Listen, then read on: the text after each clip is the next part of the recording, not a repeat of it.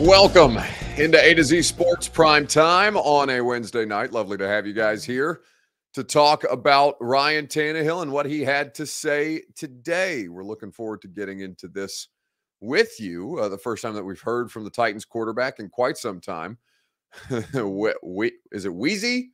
Wheezy Bowski on YouTube says this wide receiver shit show going to be one to watch this year. Well, you know who else noticed the situation at wide receiver? Your starting quarterback. In a moment that I don't think was, antagonistic, but was definitely pointed in the commentary. So we'll get to Ryan Tannehill here in just a second.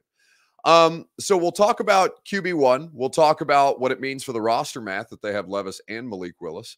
And we'll get to rising and falling candidates at the end of the show. I just realized I used the same font for roster math as I did for rising and falling, and that's going to irk me. But either way, we're happy to have you guys here tonight.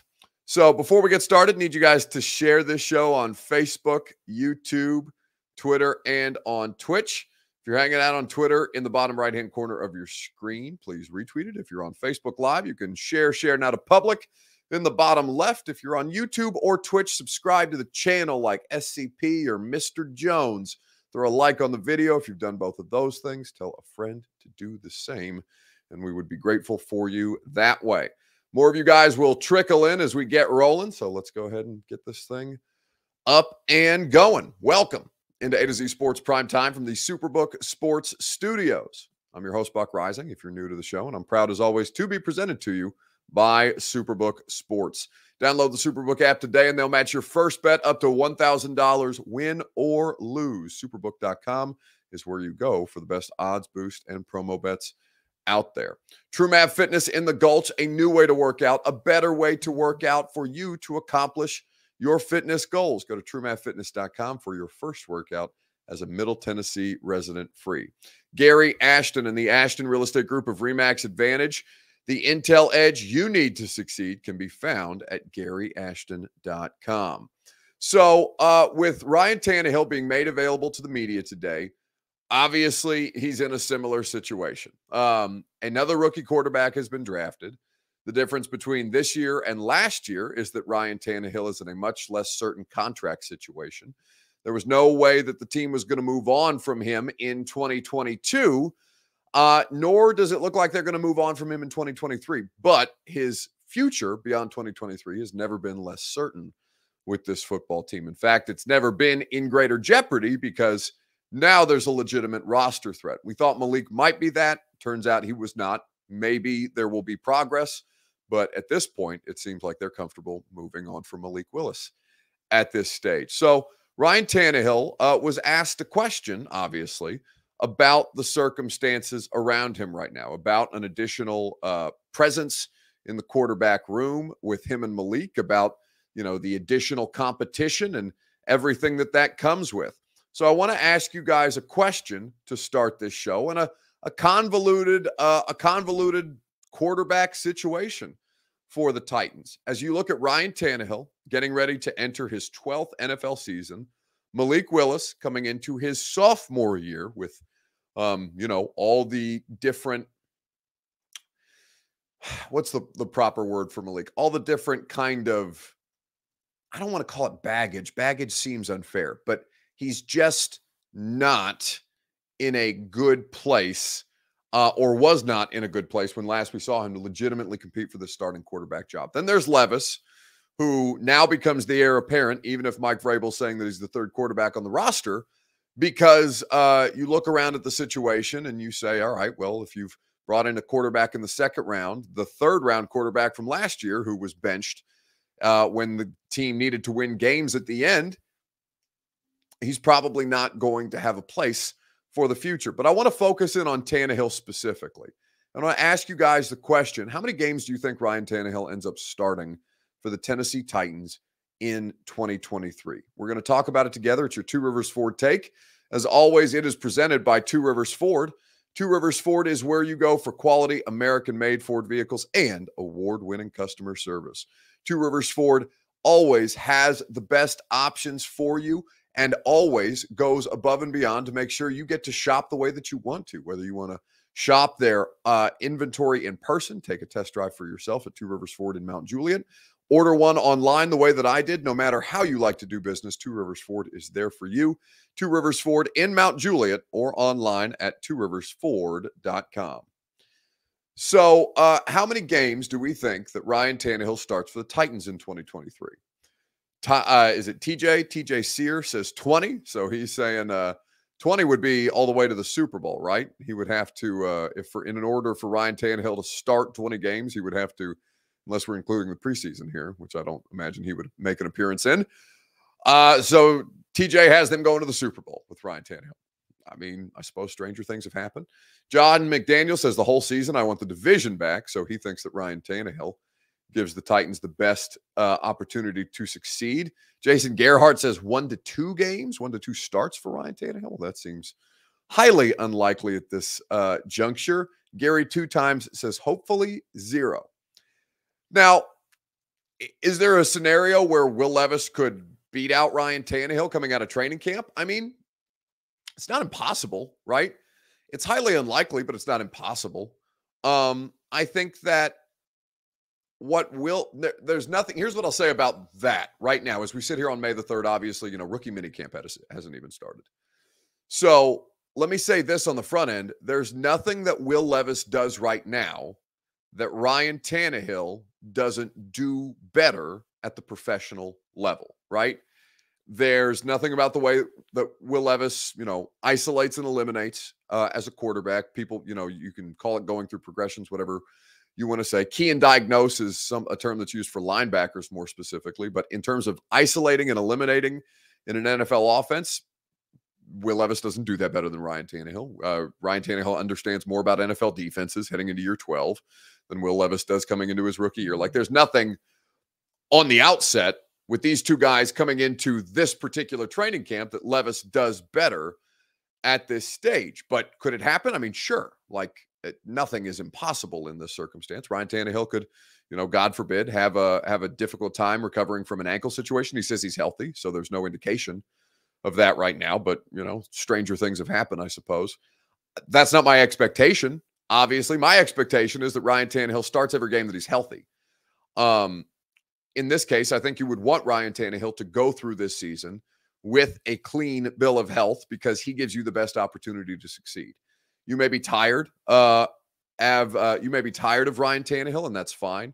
Eric Alonso says Tannehill equals Levis at this point in their careers, where, of course, that's nonsensical and completely ridiculous. That makes no sense whatsoever, Eric. A 12-year NFL veteran is not on par as a rookie project coming in. It's just not factually accurate. There's nothing about Ryan Tannehill is, Bryce Young is not better than Ryan Tannehill. Bryce Young just entered the NFL. CJ Stroud is not better than Ryan Tannehill. He just got here, right? Like, there is under no circumstances, no matter what you physically, Eric says, my opinion, Buck. Yeah, but your opinion, and it's not, I'm not calling you stupid, Eric. I'm saying it's a stupid opinion. Like, it's just an outright stupid opinion. Of course, it's utterly ridiculous to say. So you're entitled to your opinion, of course, but it's, my job to tell you how unrealistic and completely not grounded in reality that opinion is. There is nothing about a rookie NFL quarterback, no matter where they're drafted or what their pedigree is, that would be better than a 12-year NFL veteran. Now, physically, he doesn't have the wear and tear. That's a place that you could make an argument. He's not coming off of, I don't know. Will Levis is 24 years old. He just had a season filled with injuries that's allegedly affected his performance. So I think that that situation is more apt for comparison than you might realize, because they're kind of in the same situation. Ryan Tannehill is also coming off a season where he dealt with a fair amount of injury. You know who else is? Will Levis. So that's an interesting parallel that I've just realized in real time. If you want to win, you play Ryan Tannehill, right? If you want to tank, you start Malik Willis. And that's ultimately, they're not going to go for that. They're going to play Ryan Tannehill until such time as Ryan Tannehill is no longer a viable option. And Ryan Tannehill is the most viable option at this point. Commit to Levis if he balls, says Xavier Smith. Great. If he sucks, even better. Yeah, again, they're not going to do that. That last part, they're not, like, they are going to play the player that gives them the best option to win a football game. If Levis becomes that, perhaps, we see a change. But to start the season, provided that all three are healthy, it will be Ryan Tannehill under center. So we'll see what happens with that. Jonathan Anderson says, I'm just glad that I was born with DNA that isn't damaged, resulting in me thinking Tannehill sucks. I thank my lucky stars every time I see someone hate on Tanny that I wasn't born mentally incontinent. Wait, is it mentally incontinent or incompetent? Bert, I don't know if he's using an S or an ACT word. Bert scored higher on the ACT than I did, which always is something that keeps me up at night. But incontinent, I believe to be a word. But I don't know if that's a typo or he did in fact mean incontinent. I don't want to steal his thunder. I hope that is in fact the proper application of the word, though I'm not prepared at this time to make a confident statement. Incontinent is not being able to hold bowels. No. So I do think it's the incorrect application, although that is funny. That's a funny word to use. Not being able to control your bowel movements, either, one or two, according to the dictionary definition that Bert has just come up with. So, technically, mentally incontinent could apply. Jonathan Anderson says, AKA shit for brains. Okay, that's a cleaner way to say it. We're just kind of dumb. Jack Penfold says, or shit for brains. I love that. That makes me very happy. That's incredible. All right. So in the effort to not be mentally incontinent or incompetent, we will continue to keep this thing moving. But first, you must hear from Ryan Tannehill about the circumstance that he is again walking into. Any easier, in a team drafting a potential future quarterback? Yeah, we've been down this road before, so it's definitely a little bit of deja vu. But like I said, Mike and Rand make those decisions. My job is to go out and try to win football games. So, short, sweet, to the point. You're not going to get me with Mentorgate this year. Mother bleepers is basically what Ryan Tannehill is saying to you. Keep it short, sweet, say less about the new quarterbacks on the roster as opposed to saying more. A to Z Sports Primetime is presented by Superbook Sports. Go to superbook.com for the best odds boost and promo bets out there. Nobody is going to put you in a better position to succeed more than Superbook Sports. They will get you in on all the action, and they will make sure that you have the ability to bet on baseball, hockey, basketball, all in the postseason right now. Superbook.com is going to put you in the position to succeed with those great odds boost and promo bets, as I mentioned. They will even give you a $250 bonus when you sign up, deposit, and wager in the same day. So don't let spring pass you by without winning money with Superbook Sports. Visit superbook.com for terms and conditions. Gambling problem? Call the Tennessee Red Line, 1-800-889-9789. So Ryan Tannehill, Malik Willis, and Will Levis will compete this training camp, this offseason, for starting and backup roles. I think that it's going to be a fascinating competition. I think that Ryan Tannehill is most likely to come out in the best position, but this is why they let these competitions play out. We will find out what the best option for the Titans is, in a short matter of months at this stage. Speaking of the Titans draft class, a quick reminder, you're going to hear from Greg Cosell. A new episode of The Install is out and available right now, as a matter of fact. But if you want to be at a live taping of The Install as we break down the 2023 Titans draft class, the tickets are available right now at 1045thezone.com. Greg Cosell, of the executive producer of NFL Films, is flying in from NFL Films headquarters in Philadelphia for the live taping of the podcast on May the 20th. The tickets, as I said, 1045thezone.com. It's going to be a great night with a lot of fun football talk. I can't wait to hang out with you guys. Get your tickets now. When you guys get your tickets, if you want to send us a screenshot and tag me in it on Twitter or on Instagram, we always love to see those. We've had a couple of audience members do that already, and it always makes me happy to see who's going to be there. We're even going to do a meet and greet with Greg and I before the live show starts taping, as a matter of fact. So you can get your tickets for that today at 1045thezone.com. May the 20th is when it's going down. Karen O'Keefe says, what time is the live episode? So the doors open at 6. We'll probably get rolling. I would say no later than 6:30 by the time Greg and I, want to get this thing off the ground. We have the venue until 10. And honestly, we're prepared to go as long as the conversation goes, as long as people are into it. And we're going to do a Q&A session with Cosell. Like I said, we've got special guests coming for this as well that we're going to announce the week of the event. As a matter of fact, I think that this is exciting. B French says, is A to Z Nashville competing against you, Buck? Or are you in danger like Tannehill? Well, I work here, so no, they employ me. If anything, they are keeping me. No, I don't understand that comment at all. No, I'm very happy with my dual employment situation. I love being able to get two salaries from two different companies. It makes me very happy. So no, they're not competing against me. In fact, they are funding me. They are very much keeping me in competition, as a matter of fact. Ryan Fields, dang, Buck, just going to ignore my super chat. I don't know what a super chat is. So if I ignored it, I didn't do it on purpose. It's just because the comments roll quickly and I don't have a chance to. It's funny, apparently, whatever you put in front of me, I didn't see, but that one I saw. It's funny how that works sometimes. Okay, so let's talk about roster math. The likelihood, there's another show going on with A to Z. What do you mean there's another show going on with A to Z? The morning show?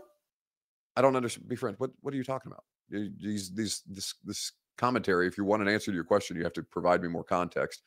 Well, if there's something going on that I'm unaware of, then yeah, I don't know what you're talking about. So you're going to need to provide me a little more context for me to be able to give you a good answer. Because as far as I know, like a bunch of the A to Z dudes are coming to the install live taping. So I don't think there's a competing show going on at the same time on Saturday night. Either way. Let's keep it moving. How many quarterbacks do you think the Titans carry on the active roster this year? On Facebook, YouTube, Twitter, and Twitch, we will discuss together right after I remind you that the Primetime Show is made possible by True Math Fitness in the Gulch.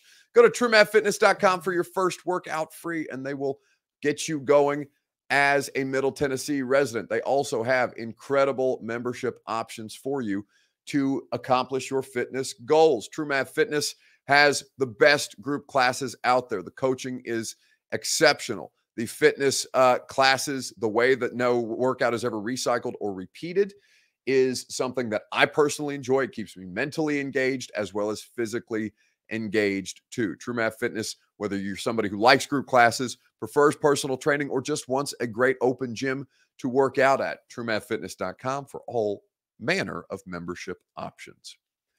How many quarterbacks do you think they keep on the roster heading into 2023? Now, there's a scenario where they may, have a week or a handful of weeks in a couple of, at various points throughout the course of a season that require them to carry three quarterbacks. Like, let's say Ryan Tannehill's a game time decision, so there's three quarterbacks on the active roster that week until such time as they determine that one of the quarterbacks can or can't go. Let's see. Tanny ends up in Atlanta next year and balls out with the offense and skill position talent. Listen, if I was Ryan Tannehill, I would rather play in Atlanta. Their skill position, their wide receivers aren't like that much better on paper than what it is that the Titans have. In fact, Robert and Lucas and I were talking about this before the radio show the other day. But they do have Bijan Robinson. They do have Kyle Pitts. And the biggest issue with Kyle Pitts right now is that he's been playing with inaccurate quarterbacks in his first couple of seasons. So I would like to see him succeed with better quarterback play. 3 says Jonathan Anderson, Tanny, Levis, and the new one that they just signed in the practice squad, or Malik goes to the practice. No, Mo Hassan is not going to make the roster. Mo Hassan is here because they physically need another rookie to throw to other rookies during rookie minicamp. Like, respectfully to Mo, it's a great opportunity. I hope that something comes of it for him. He's a former Vanderbilt grad transfer, as a matter of fact. So, would love to see him be able to succeed and to live, to try and make an NFL dream happen for him. But, at this point, that's nothing more than a camp arm. Malik Willis is whatever my issues with Malik Willis as a quarterback are, he is more than a camp arm at this stage. Percy Sled says he's not going to make it all season listening to Vols fans cry over who we didn't draft from Tennessee. That's probably going to happen, Percy. So I don't think that's going anywhere, especially if Levis plays and has a bad game and Hooker gets in at some point. Like, and balls out for Detroit, like that's the worst case scenario for Titans fans, because obviously that's something that you will be dragged for, and your administration will be dragged for as well. But how many quarterbacks do the Titans keep on the roster? At any point, I would say that 2 is the maximum. Now, I don't know who's going to win out in a competition between Malik or Levis for the backup job, but I do know that it is more likely to be Levis than it would be Malik at this stage. I think the odds are fairly stacked against Malik Willis. Whether you think that's fair, unfair at this point, I get it, but that's why the NFL moves as quickly as it does. They have decided that they're comfortable trying to replace him, and they have already acquired an option to do so that inherently puts him behind the 8 ball as far as trying to make the active roster. So 2 quarterbacks is what I believe that they will have at any given point, barring injury, on their 53-man roster at this stage. Mr. Jones, who's been screaming about the Titans drafting Will Levis over Hendon Hooker, says that's going to happen, that Hendon Hooker is going to get in and play well, and Will Levis is going to have a poor showing at some point this season. Maybe so. And then you can have your day. But until then, it's just nonsensical and ridiculous to be talking definitively about either of these 2 players like we have any idea what they're going to pan out to be at the NFL level. You don't know. I don't know. We have indications that make us think we know, but in reality, of course, we don't. So let's move on to rising and falling candidates of the weekend. Whose stock rose and whose stock fell so far this week in sports, now that we have reached the halfway point of our work week. Christopher Young says, can Malik go to the practice squad? Yeah, he has to clear waivers. So in theory, right, if they released Malik, or if they waived Malik, right, if they waived Malik, the team can claim him off waivers in the waiver order. If he clears waivers, then the Titans can put him on the practice squad. And somebody brought I was talking about this we did a 615 Sessions podcast today, talking specifically about Tannehill and Levis. So if you want more information on that, you can go check out today's podcast. But I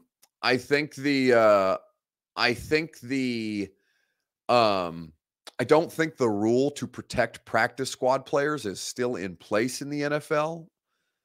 That was a COVID rule that I think lasted into the 2021 season, but I don't think was applicable last year. I don't think they were still able to protect practice squad players. Now, I don't remember off the top of my head, and I said on the 615 Sessions podcast I was going to look that up at some point. I apologize. I haven't had time today to do so. If you guys have an answer on that off the top of your head that we can, or perhaps Bert can find it at some point, or I can just do what I said I would do and look it up after we finish the show. I think there's reason to believe that Malik Willis would go unclaimed. I don't think that a team would pick him up. Now, it depends on the team, right?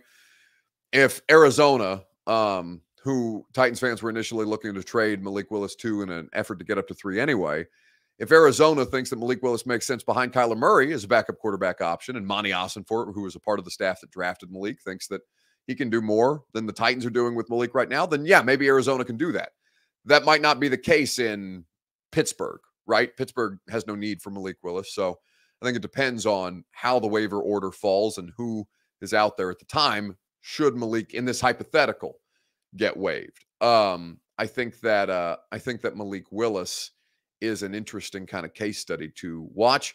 I have no idea whether he gets cut or not. I would think, though, likely at this point. We'll see how training camp plays out.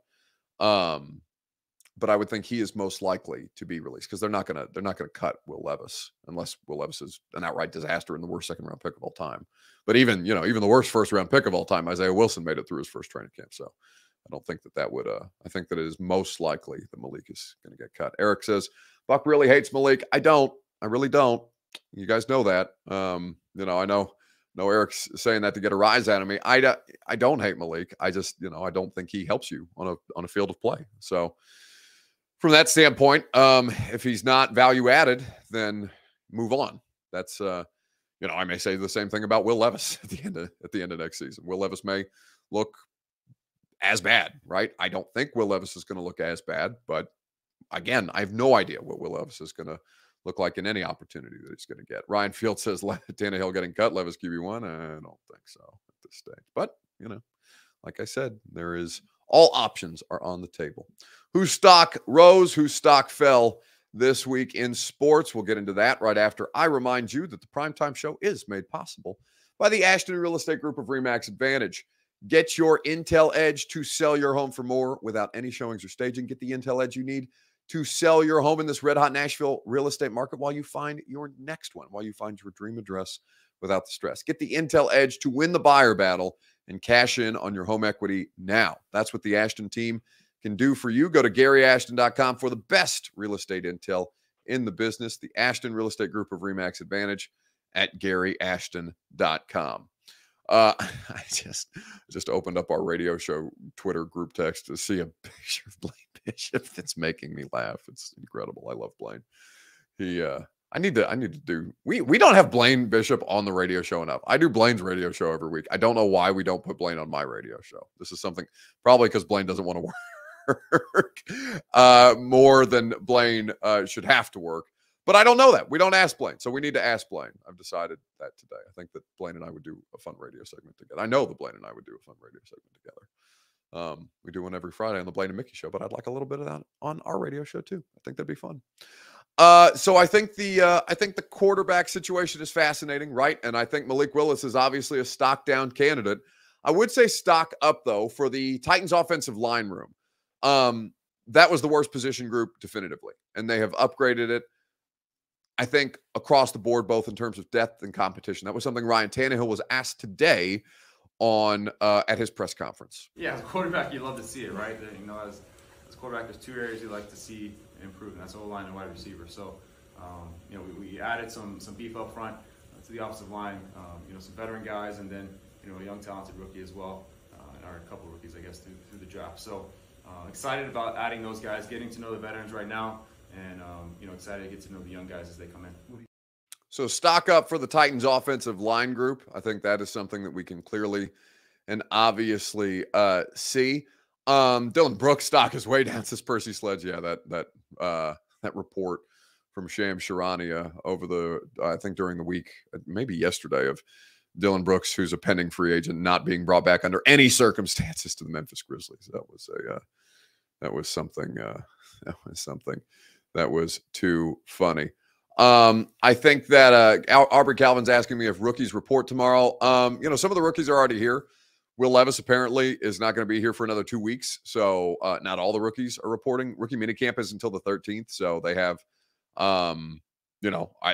2 weeks would put at least I was told that Levis wouldn't be here for 2 weeks. So maybe that's about 2 weeks as opposed to like 14 actual days, given that rookie minicamp will be in 10 days. I would assume that he would be here, but we will wait to see, because the latest that I heard on Levis is that he would be here not for a couple more weeks. LeBron, 76ers down today, says Chris Frazier. Did they? Joel won the MVP, but I haven't. Actually, I don't have playoff basketball. I don't know why I didn't turn the TV on in the office when I came in here to do the primetime show, but I know there's playoff basketball going on right now. Another candidate for stock up rising at this point is the Indianapolis Colts.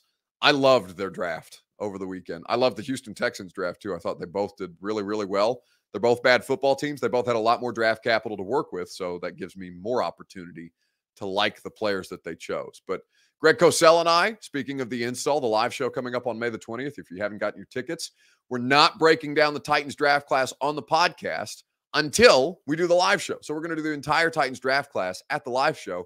But in the meantime, we're talking about the most interesting division in the football post-draft, which is the AFC South. Greg, I'd like to start with Indianapolis, I think, first, if we could. Adding Anthony Richardson to that offense, 4th overall after C.J. Stroud and Will Anderson go 2 and 3. We'll talk about the Texans momentarily. But whether you want to consider it a risk, whether you want to talk about the opportunity that Indianapolis has with Richardson, what do you like? What are you most curious about the fit of the player in that situation? Well, it's really funny because obviously I evaluated all these players before the draft. Buck, you know that. I that's what I do. I have no idea who's going to draft them. Now, as I evaluate players, particularly quarterbacks, I tend to think in terms of what kind of offense would they work best in, particularly early in their careers. Because obviously, no matter how much a quarterback has great traits and other things that are positive, like a Bryce Young, it's still an adjustment and a transition. There's still a projection involved. So think of it this way: we know who the head coach now of the Indianapolis Colts is, right? Shane Steichen. Where did he come from? He came from the Eagles. Here's what I typed as my last line in my transition for Richardson, okay? Not knowing this. I did Richardson 2 months ago.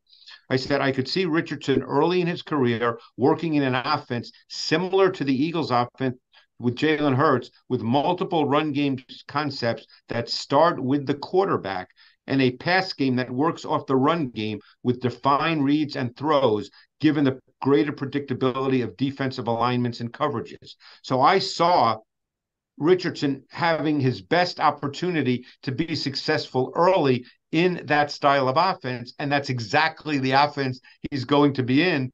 And you know what? He's going to start week 1. It certainly seems that way based on Jim Irsay.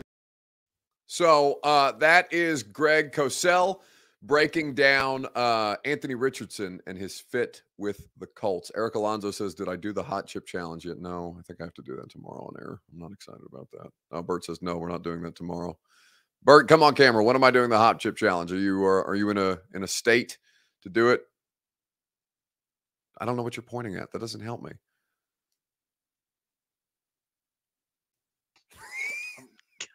Monday. We're doing it Monday. How? What am I supposed to lip read? I'm saying read the chat. Read the damn chat. Oh, there is a private chat for you and I that I was ignoring Monday. Fine. Monday. You know why? Because you're pointing the wrong direction for me on the screen to look at the chat. So I'm looking at it's like a weatherman situation. You're pointing the wrong direction. We're out of sync. We're out of sync. All right, finish the show. Wrap it up. Tell them about Greg.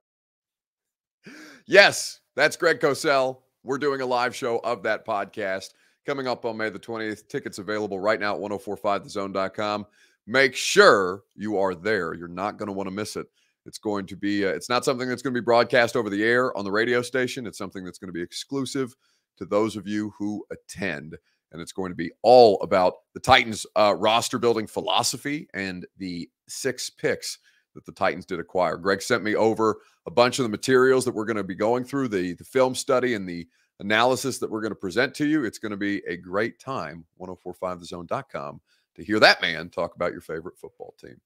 Mr. Jones, with a good note to end the show, Mike Vrabel is getting inducted into the Pats Hall of Fame. Yeah, that was something that was voted on by Patriots fans. He's only the 34th player in the history of that franchise to go into the franchise Hall of Fame. So congratulations to Vrabel on something that I know, under normal circumstances he would probably be dismissive of, but I know that he appreciated that love and respect from a franchise and a fan base that he won 3 Super Bowls with at the height of probably their dominance, 20 years of dominance, and that was probably the best run that we saw of the Patriots at that time. All right, that's going to do it for us tonight. Thanks for hanging out. Radio show tomorrow is going to be a lot of fun. We're going to talk to Brooks Kubina of the Houston Chronicle. He, of course, has been documenting everything that the Texans have done very, very diligently, and we'll talk about the idea of whether the Texans pulled one over on the Titans in the first round. That's not something we've gotten good perspective on just yet. And Brooks, covering the press conferences and the draft down there in Houston, I think is going to be able to answer some of those questions. So 10-1 tomorrow on 1045 The Zone. Tickets available for the Greg Cosell Show at 1045thezone.com. Make sure you go check that out. And a new 615 Sessions podcast for you guys to see as well. Available wherever you get your podcasts. Have a great rest of your evening. And if I don't talk to you on the radio show, we've got one more primetime tomorrow night. Are you surprised to hear that? Certainly not. The first year we took it to the limit. And I was in Miami with my new beach house. Well, it was a couple minutes from the beach. It's been 20 years since then. We haven't been too strong in the last few years. Oh, we've been strong. We're just playing by the rules. You can't have a newcomer come in and steal a show.